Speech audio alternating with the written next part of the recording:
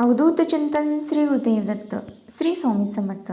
स्वामी भक्तांनो, आषाढी अमावस्येला केलेले दीपपूजन पत्रिकेतील अनेक दोष दूर करतात. कुंडलीत सारे त्रास दूर व्हावे यासाठी दीपावली लक्ष्मीपूजनाप्रमाणे अमावस्याला दिव्यांची आरस केली जाते. सर्व दिवे स्वच्छ करून त्यांची पूजा केली जाते. तेल किंवा तूप देखील वापरले तर चालते. किमान 2 तरी दिवे लावावे. शक्य असेल तर सूर्यास्ताच्या वेळी दिवा लावून प्रार्थना करावी. लक्ष्मी स्तोत्र म्हणावे.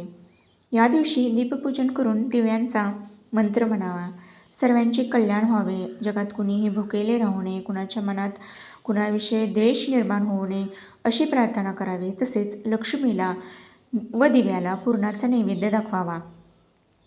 या दिवशी अमावस्येला दीपदेवतांचा पृथ्वी तलावर वास असतो व जे कोणी दीपपूजन करतात त्यांना या देवतांचा आशीर्वाद लाभतो.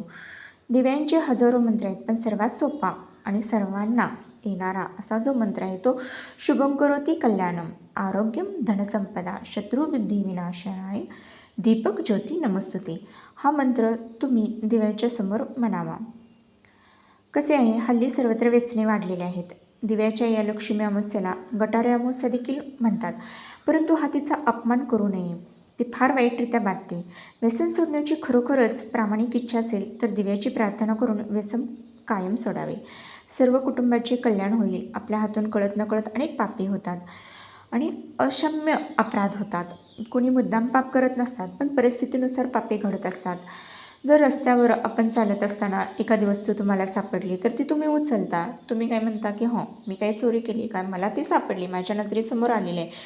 परंतु ज्या व्यक्तीची ती वस्तू हरवलेली आहे त्या व्यक्तीचा तुम्हाला शाप लागतो. त्यामुळे अशा बऱ्याचशा गोष्टी आहेत की या गोष्टींपासून आपल्याला सुटका होते जर आपण अमावस्याला दीप प्रज्वलन केले असेल तर.